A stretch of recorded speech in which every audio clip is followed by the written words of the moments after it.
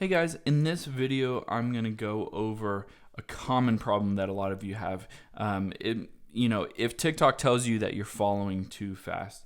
So it's basically if you press the little plus icon next to their name, it will pop up with something that says you're following too fast.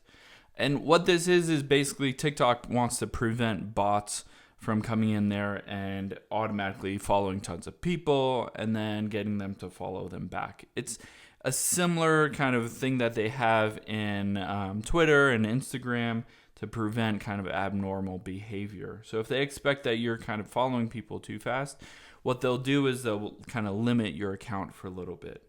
So I've seen a lot of videos and people recommend, tapping on the me icon and then going into their settings and clearing the cache and reporting the problem to TikTok.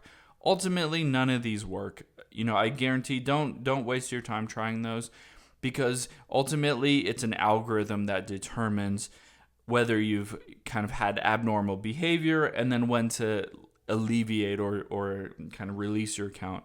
So all of it is based on how many times you've had this come up and how kind of egregious TikTok believes your actions are. So if it's the first time you've ever done anything like this and it wasn't a lot, you didn't follow a ton of people, just kind of a little bit over their limits, then they might just kind of limit your account for a few hours. If you keep doing it over and over and over, then they could start limiting it for days and days. And then if it's really, really bad, they could, look at suspending your account.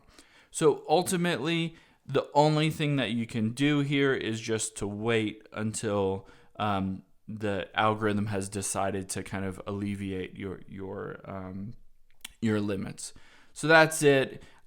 Basically, all you have to do is wait. I know it's a little frustrating, but there's nothing that you can do to kind of speed it up. The best thing that you can do is just try not to follow people so fast, and try to just kind of watch videos in between following people and take your time.